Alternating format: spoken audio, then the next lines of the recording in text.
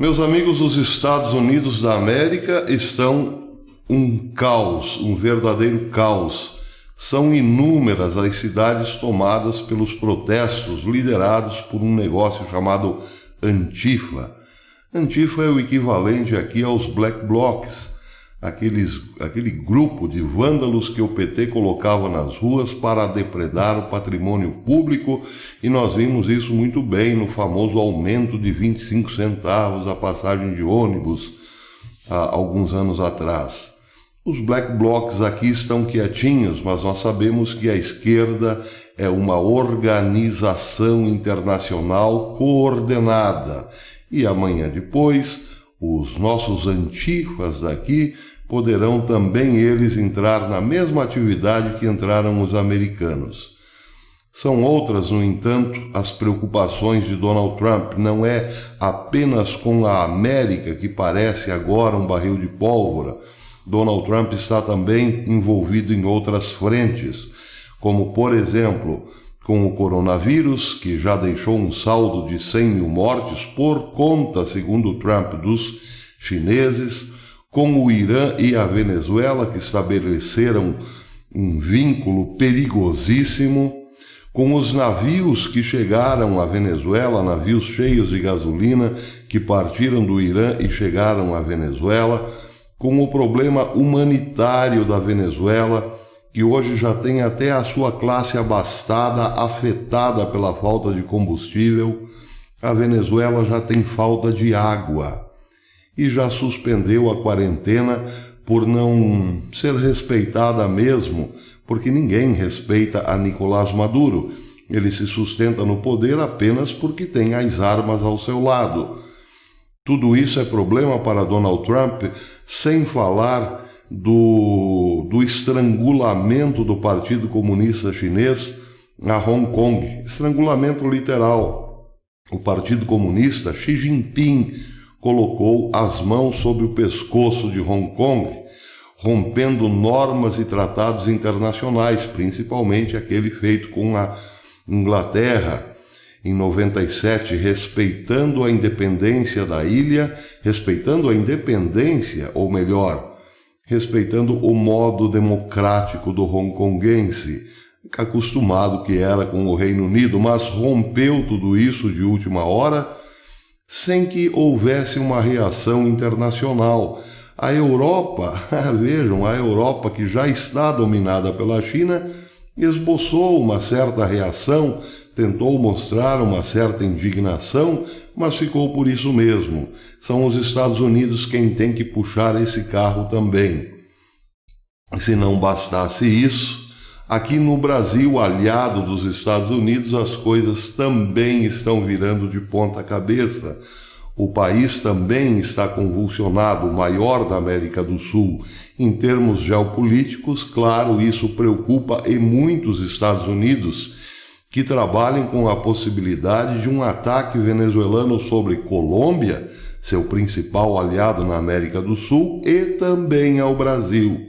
Pois é, mas vejam que interessante, o problema de Donald Trump, que é, sim, muito grande, inclusive hoje o Infobae trouxe quase que um resumo sobre isso, perguntando no final das contas quem está por trás do movimento Antifa, e, sem dar a resposta, sugere pelo menos que sejam os globalistas do senhor George Soros com o Partido Comunista Chinês e, quem sabe, até os russos, não tão diretamente, mas a China está, sim, envolvida nesta confusão interna nos Estados Unidos, como de resto está envolvida em tudo que afetou a economia americana nos últimos tempos, últimos meses. Bem, o problema de Trump é muito maior do que nós imaginamos. Ele transcende muito a esfera norte-americana. Se os Estados Unidos sucumbirem a uma guerra civil, a uma revolução interna de grande proporção, o Ocidente inteiro cai como num jogo de dominós, como naquelas pecinhas de dominós. Quando a primeira cai, tomba, ela vai tombando as outras. as economias vão literalmente por água abaixo, para o limbo, e ficaremos todos à mercê dos governos ditatoriais que pipocarão em todos os estados, independentemente das uniões, dos governos federais. Por quê?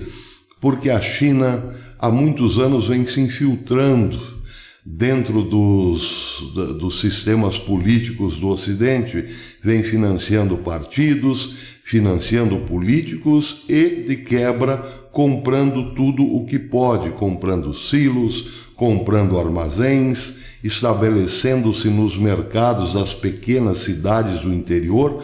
Dessa forma, acabou espalhando-se por muitos países, principalmente aqui na América do Sul, na África, países pobres, e lá deixaram os seus agiotas.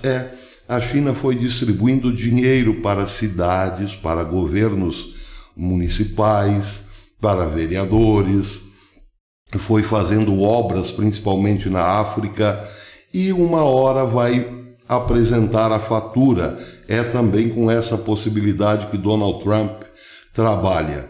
Se Donald Trump perder o poder, se os Estados Unidos perderem a hegemonia, pelo menos sobre o Ocidente, todo ele da noite para o dia acabará nas mãos da China. Só que isso não será feito de modo tranquilo. A China está infiltrada nas manifestações que acontecem lá nos Estados Unidos. Como disse, com o apoio dos globalistas, é claro. Primeiro é preciso criar o caos para que governos legítimos como o de Donald Trump, lá nos Estados Unidos e aqui no Brasil, o de Bolsonaro, caiam ou pelo menos se tornem inoperantes. Os Estados Unidos estão lutando contra isso, sim. Não é só uma questão de salvar a pele de Donald Trump, é uma questão de salvar literalmente o mundo ocidental, o capitalismo. Pois é, e por falar em capitalismo, vejam que interessante. A filha de uma deputada afrodescendente, aliás, ela nasceu na Nigéria, foi pequena para os Estados Unidos, foi acolhida pelos Estados Unidos e hoje é uma das peças centrais desse movimento Antifa, que lutam contra o capitalismo, para pôr não só o capitalismo abaixo, como também criminalizar o homem branco. A filha desta deputada, chamada Ilhan Omar, retuitou uma lista de suprimentos para os seus, entre aspas, camaradas que se revoltaram em Minneapolis, mas isso já se espalhou por várias outras cidades americanas. Ela postou uma lista no Twitter de objetos, ou melhor, de itens essenciais para os black blocs de lá, nas chamadas manifestações, que são violentíssimas, já deixaram um saldo de mortos, inclusive. A lista inclui vários itens, como água, como curativos emergenciais, mas também maconha, muita maconha. São os black blocs agindo.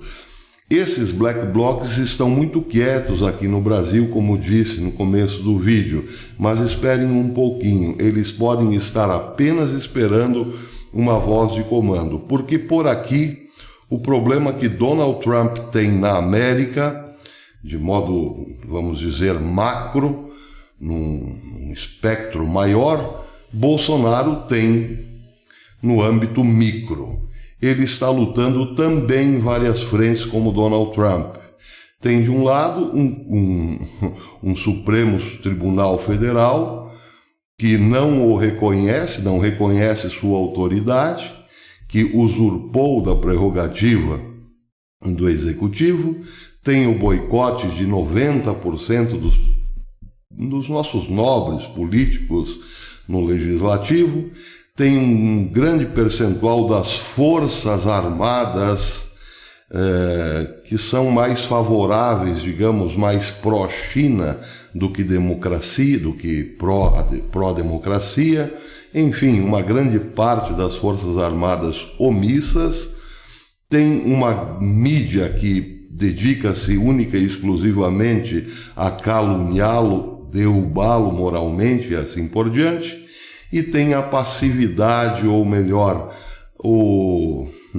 aquele estado de letargia do brasileiro que insiste em fazer manifestações aos domingos. Hoje pararemos o Brasil.